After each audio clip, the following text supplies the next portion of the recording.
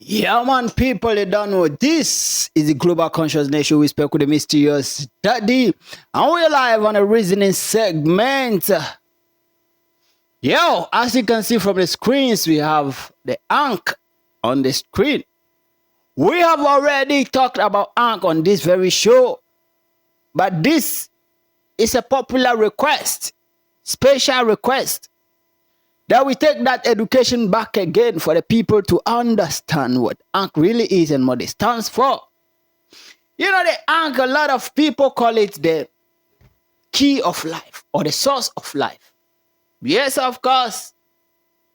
This is the symbol of life by our ancestors. And this will tell you how our ancestors actually value the women. So our ancestors, they call the earth, Mother Earth, for a reason. Because the skies is the father. And the skies has to drop into the mother, which is the earth, for it to produce for us to eat. You understand? So why am I saying the value women? So this is actually the female reproductive system or organ. You understand me? So if our forefathers were able to design this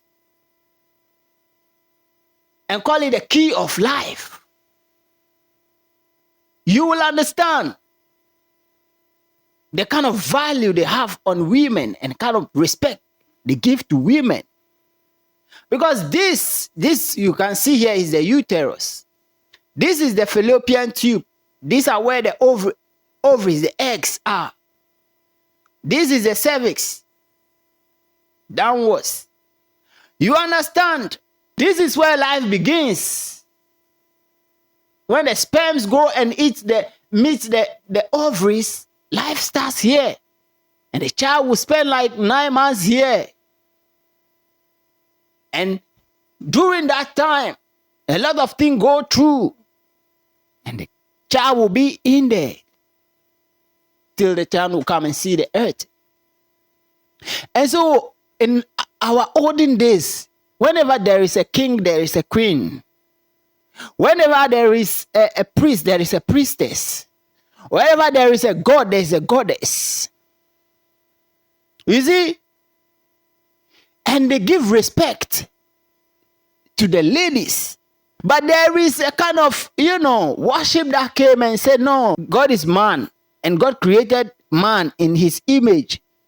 And later saw that the man was not happy and created woman for the man. So the woman he created was not in the image and likeness of God. God already created man in his image and likeness. Days later, he realized the man was not feeling happy. So he created woman in whatever image for the man.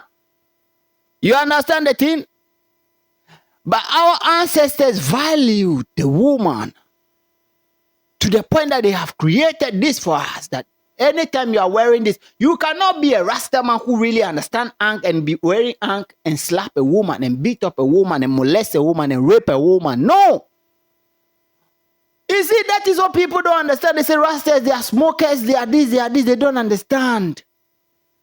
If you're a Rasta man and the elders actually teach you and gave you a Ankh to put in your neck. The Ankh is not only in your neck, and for being in your neck, it is a symbol. It is reminding you every time that no matter what happens, you don't beat a woman. No matter what happens, you don't molest, you don't rape, you don't treat a woman bad. Because they are the source of life. The life that you have. You spend months in your mother's womb. So respect woman. And all this is to tell you that women are not as strong as men. You are worshiping a God that you are not even in his image. But when you follow Rastafari, they will actually teach you what God really is, the higher self. So if you are a woman, your God is female.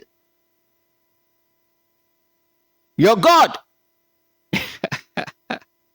your higher self is female. When they say, in the Bible, God taught the people how to pray, and they say, our Father who art in heaven, God. No, that time Jesus was a man. The disciples were all men. Why didn't Jesus pick any female as a disciple? Because in the Bible, female are not supposed to lead anything. You cannot lead nothing. So there were no women in the disciples. And so when Jesus was telling the disciples that our Father who art in heaven, they were all men. And their God is male.